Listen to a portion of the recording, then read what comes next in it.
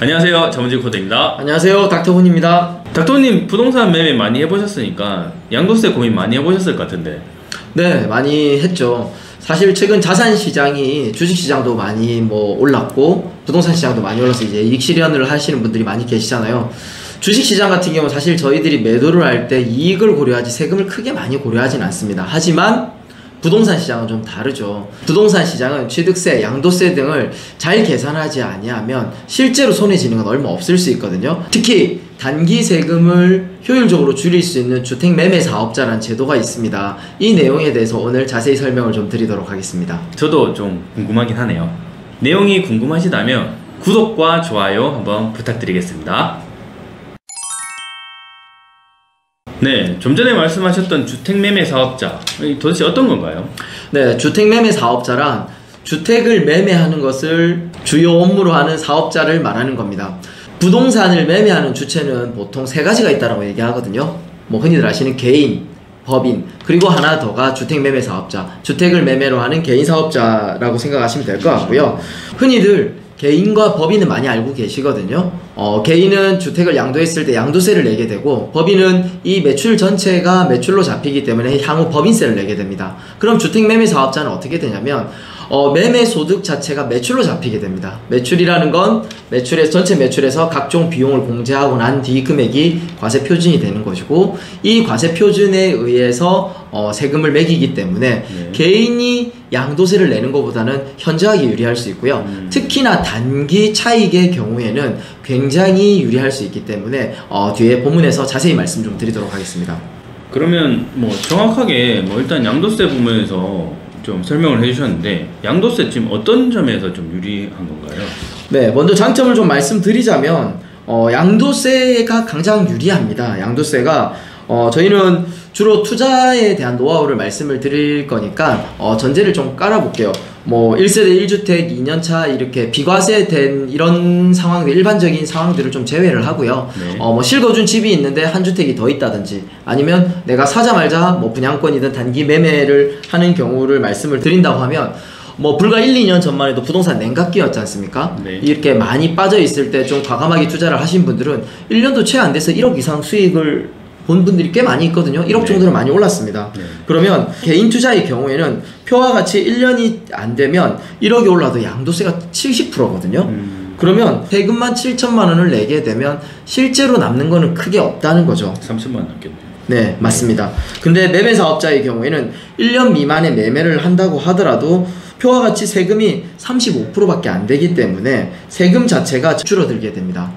이익을 우리가 1억으로 가정을 했는데요. 1억이 아니라 만약에 1,000만 원이 올랐다고 가정하면 개인의 경우에는 70% 동일하기 때문에 700만 원이 세금이고 수익성은 300만 원밖에 안 되거든요. 하지만 매매사업자 같은 경우는 세금이 60만 원밖에 안 되기 때문에 거의 10분의 1로 줄어드는 효과를 볼 수 있습니다. 이렇게 단기 매매나 차익이 적을 때는 주택매매 사업자의 장점이 극대화되기 때문에 특히 경매에 활용하시는 분들이 되게 많이 있습니다. 또 다른 장점은 어떤 장점이 있나요? 매매 사업자의 또 다른 장점은 말씀드린 대로 사업자이기 때문에 비용 공제 항목이 굉장히 넓습니다. 네. 개인의 경우보다 예를 들어서 인테리어 관한 부분들, 또 각종 식대, 교통비, 사업 전반적인 일반적인 비용들도 다 비용 처리를 받을 수 있기 때문에 이런 부분들이 비용으로 공제되고 나면 세금에 훨씬 더 유리한 구간이 될 수 있을 거거든요. 마지막으로 또 장점 하나가 대출 부분입니다. 대출. 사실 매매사업자라는 제도가 있었음에도 불구하고 활성화되지 않았던 이유 중에 하나가 그간 몇 년 동안 규제가 많이 생기면서 법인과 매매사업자들의 규제가 많았었거든요. 특히나 대출이 굉장히 불리하게 규제로 다가왔었습니다. 하지만 올해 3월부터 금융위원회에서 매매사업자도 LTV 60%까지 대출을 허용해주는 제도를 시행했고요. 지금 이제 시행되고 있는 상황입니다. 이렇게 되면 개인이 대출을 받을 때는 오히려 LTV와 DSR, 총상환 능력이나 소득 능력까지 같이 보게 되거든요. 근데 매매사업자 같은 경우는 LTV 60%만 보기 때문에 담보에 대한 가치만 보면서 대출을 훨씬 더 쉽게 받을 수 있고요. 이게 굉장히 큰 장점이라고 할 수 있을 것 같습니다. 네. 네, 들어보니까 일단 양도세도 절약이 되고 비용 공제도 되고 그리고 대출도 잘 되면 일단 주택 매매 사업자가 정말 좋은 점만 있는 것 같습니다. 근데 이면에 뭐 빛이 있으면 그림자도 있는 것처럼 단점도 좀 있을 것 같은데 단점 뭐 꼭 몇 가지 한번 좀 말씀해 주시겠습니까? 네, 물론 단점도 있습니다. 네. 뭐 말씀하신 것처럼 모든 게 다 좋을 수는 없겠죠. 네. 하지만 단점이 예전보다는 굉장히 많이 약해진 듯한 느낌이고요. 네. 말씀을 드리면 일단 주택매매 사업자는 비용을 공제한 나머지가 소득으로 잡힌다고 말씀드렸잖아요. 양도세는 모든 양도세는 분리과세입니다. 그렇죠. 하지만 소득세는 이게 합산이 되면서 종합소득세 신고를 해야 되거든요. 그래서 먼저 양도세는 분명히 줄일 수 있었지만 매매 차익 금액이 커지게 되면 종합소득세가 늘어날 수 있다는 걸 유념하셔야 됩니다. 그래서 종합소득세 구간은 아까 나왔던 표의 하단 부분의 구간과 동일하게 되거든요. 그래서 거기에 적용받을 수 있다는 점과 더불어 종합소득세가 올라가면 여기에 맞게 건보료도 같이 올라갈 수 있습니다. 그렇죠. 예, 그래서 이런 부분들 꼭 체크해 보셔야 될 것 같고 주택매매 사업자가 또 살 수 있는 주택은 비조정 지역에 한해서 가능합니다. 비조정 지역은 근데 사실 지금 현재는 강남 3구와 네. 용산구만 남았고 나머지는 모두 다 풀렸거든요. 그래서 대부분의 이제 뭐 서울 지역도 아파트나 주택을 매매할 수 있죠. 네. 마지막으로 결국 주택매매 사업자도 이런 주택을 많이 활발히 공급함으로써 주택시장의 안정화를 꾀하는 거거든요. 그렇죠. 그래서 국민평수 이하, 전용면적 85제곱미터 이하의 주택일 경우에만 혜택을 주고요. 네. 초과하는 경우에는 혜택이 없는 건 아닌데 부가세 10%가 별도로 붙습니다. 주택매매 사업자 쭉 설명을 해주셨는데 이렇게 장점도 있고 단점도 있는데 이걸 좀 잘 섞어서 투자를 할 수 있는 그런 노하우를 좀 알려주신다면요? 네, 앞서 장점을 다시 한번 말씀드리면 양도세 절감, 비용 인정 범위의 네. 확대, 네. 그리고 대출이 유리하다고 말씀드렸죠. 네. 이런 특징들을 잘 활용하신다라면 특히나 경매로 주택매매를 많이 하시는 분들에게는 굉장히 유리할 수 있습니다.